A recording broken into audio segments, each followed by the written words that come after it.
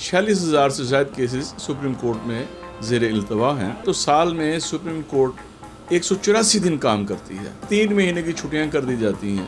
قاضی کی چھٹی کا کوئی کنسیپٹ نہیں ہے، رات کے 4 بجے بھی لوگ قاضی کے در کا دروازہ اصول انصاف کے لیے کھٹکھٹا سکتے ہیں۔ بس قسمتی سے یہاں پہ ججز ریٹائرمنٹ کے بینیفٹس الگ لے رہے ہوتے ہیں اور نئی پوسٹنگ کے بینیفٹس الگ لے رہے ہوتے ہیں، اور یہ بات صرف ججز تک نہیں، جرنلز بھی اس میں شامل ہیں۔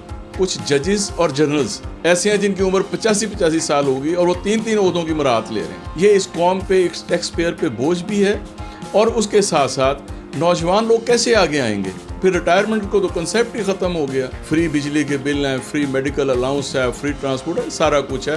اور پھر ایک جگہ سے لیں، جب سے پاکستان بنا سپریم جوڈیشل کونسل نے آج تک صرف ایک جج کو، اعلیٰ عدلیہ کے ایک جج کو سزا دی ہے۔ نیپوٹزم اس سے بڑا کیا ہوتا ہے؟ کلیش آف انٹرسٹ اس سے بڑا کیا ہوتا ہے؟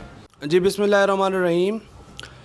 آج جو ٹاپک ہے ہمارا، اس حوالے سے بات کریں گے کہ ملتان ہائی کورٹ، ضلعی عدلیہ اور صوبہ بھر کی عدلیہ میں جو موسم گرما کی تعطیلات ہیں، اس کا جو سکیجول ہے، اس کا جو طریقہ کار ہے، اس حوالے سے بات کریں گے۔ سابق صدر ہائی کورٹ بار سید ریاض الحسن گیلانی صاحب ہمارے ساتھ موجود ہیں۔ ان کی جانب سے ایک اقدام لیا گیا جس میں انہوں نے ایک ہائی کورٹ میں کانفرنس بلا کر آل پاکستان وکلا کنونشن کروایا، جس میں ججز کی جو چھٹیاں ہیں اور کیسز کی تعداد ہے، اس حوالے سے بحث اور تکرار کی گئی۔ ایک ریزولوشن بھی جو ہے پاس کی گئی۔ اس حوالے سے انہوں نے نامزد chief justice of Pakistan justice قاضی فائز عیسیٰ کو بھی ایک خط لکھا تھا، جس کا ان کو جواب موصول ہوا ہے، اور تاریخ میں پہلی مرتبہ اس طرح کا اقدام جو ہے اٹھایا گیا ہے کسی بار عہدیدار کی جانب سے۔ تو ان سے اس حوالے سے بات کریں گے۔ گزارش ہے کہ پاکستان جب بنا تو ساتھ ہی انگریزوں کا نظام آیا اور طویل عدالتی تعطیلات کا بھی سلسلہ شروع ہو گیا۔ وہ پھیلتے پھیلتے سپریم کورٹ چلا گیا، اور اس وقت پاکستان کی سپریم کورٹ میں گرمیوں کی 90 دن کی تعطیلات ہیں۔ یہ امر باعث تشویش ہے کہ ایک ایسا ملک جہاں پہ مقدمات کی بھرمار ہے، اور اس وقت 46,000 سے زائد کیسز سپریم کورٹ میں زیر التوا ہیں، وہاں پہ 3 مہینے کی چھٹیاں کر دی جاتی ہیں، اور ٹوٹل اگر دیکھا جائے تو سال میں سپریم کورٹ 184 دن کام کرتی ہے۔ یہ بڑی بدقسمتی ہے۔ تو جب اللہ پاک نے ہمیں موقع دیا، ہم صدر تھے ملتان ہائی کورٹ بار ایسوسی ایشن کے، تو ہماری ایگزیکٹیو نے فیصلہ کیا اور ہم نے آل پاکستان لاورز کنونشن اس مقصد کے لیے منعقد کیا، جس میں پاکستان بھر کے وکلا شریک ہوئے، ڈیلیبریشنز ہوئیں، ہمارے عدالتی نظام کی بہتری کے لیے تجاویز اس میں مرتب کی گئیں۔ اس میں ایک تو یہ تھا کہ یہ طویل عدالتی چھٹیوں پہ نظر ثانی کی جائے، کیونکہ اسلامک جورسپروڈنس سسٹم میں قاضی کی چھٹی کا کوئی کنسیپٹ نہیں ہے، رات کے 4 بجے بھی لوگ قاضی کے در کا دروازہ اصول انصاف کے لیے کھٹکھٹا سکتے ہیں، چہ جائے کہ یہاں 184 دن عدالت کام کرتی ہے۔ ایک ہم نے کہا کہ اس پہ نظر ثانی کی جائے۔ 26 اگست 2021 کو یہاں پہ یہ کنونشن منعقد ہوا تھا۔ دوسرا، اس میں جو ہم نے اس عدالتی نظام میں دوسری بڑی خامی جو نوٹ کی گئی، وہ تھی ججز کی ریٹائرمنٹ کے بعد اپوائنٹمنٹ۔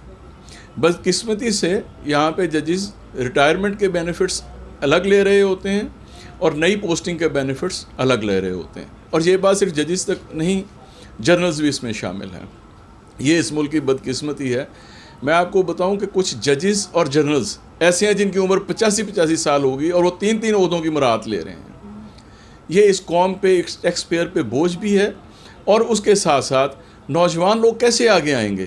جب ٹاپ لیول پہ آپ نے انہی لوگوں کو، پھر ریٹائرمنٹ کو تو کنسیپٹ ہی ختم ہو گیا، آپ نے اوور ایج بندے کو پھر لگا دیا 85 سال کے لوگوں کو آپ نے نوکری پہ رکھا ہوا ہے، 3 جگہ سے ان کو مراعات دے رہے ہیں آپ۔ اور یہ مراعات جو ہے اس ملک کے ساتھ اتنا بڑا کھلواڑ ہے، اتنا بڑا ظلم ہے ٹیکس پیئر کے ساتھ، آج پوری قوم اس کو فیس کر رہی ہے۔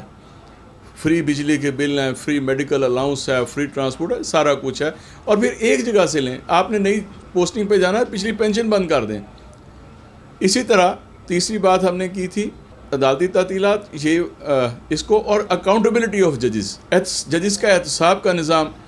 جس ملک میں سزا کا نظام کمزور ہو جاتا ہے، وہاں انارکی پھیل جاتی ہے۔ بدقسمتی سے جب سے پاکستان بنا، سپریم جوڈیشل کونسل نے آج تک صرف ایک جج کو، اعلیٰ عدلیہ کے ایک جج کو سزا دی ہے۔ یہ جو ملک کا نظام انصاف تباہ ہوا ہے، کیا اس میں آج تک کوئی جج ذمہ دار نہیں آیا جس کو سپریم جوڈیشل کونسل نے سزا نہیں دی.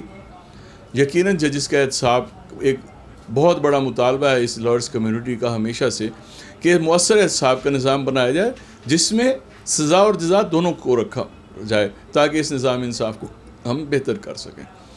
اسی سلسلے میں ہم نے تجاویز مرتب کر کے اس وقت بھی اعلیٰ ارباب اختیار کو بھیجی تھی. اور دوسرا تھا، ایک اور پوائنٹ تھا کہ سپریم کورٹ کے چیف جسٹس کی انفیڈڈ پاورز، اس کے پاس یہ جو بینچز کی تشکیل کا اختیار ہے اور سو موٹو کا اختیار ہے. اس وقت ہم نے یہ مطالبہ کیا تھا پورے پاکستان کے وکلاء نے متفقہ طور پہ کہ چیف جسٹس کی سو موٹو پاورز اور بینچز فکسیشن کی پاورز کو کسی قانون کے تابع لایا جائے. بدقسمتی سے اب سیاسی حالات کی نظر ہو گیا، وہ ایک فریق نے قانون سازی کر دی تو دوسرے فریق نے اس کی مخالفت کر دی. اور اس سے بڑی بدقسمتی یہ ہوئی کہ اسی چیف جسٹس نے جس کے اختیارات کی بات ہو رہی تھی اس نے اپنے ہی حق میں فیصلہ کر دیا.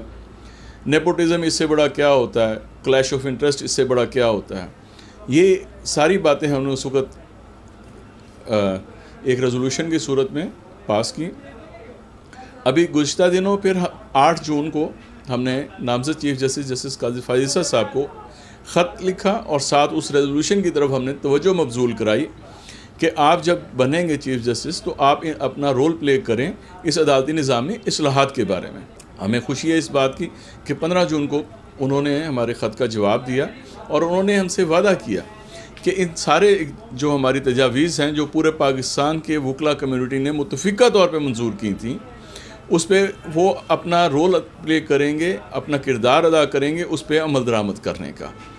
ہمیں پر امید ہے کہ جسٹس قاضی فائز عیسیٰ صاحب جیسے چیف جسٹس بنیں گے تو وکلاء کمیونٹی کی اس آواز پہ ضرور غور کریں گے.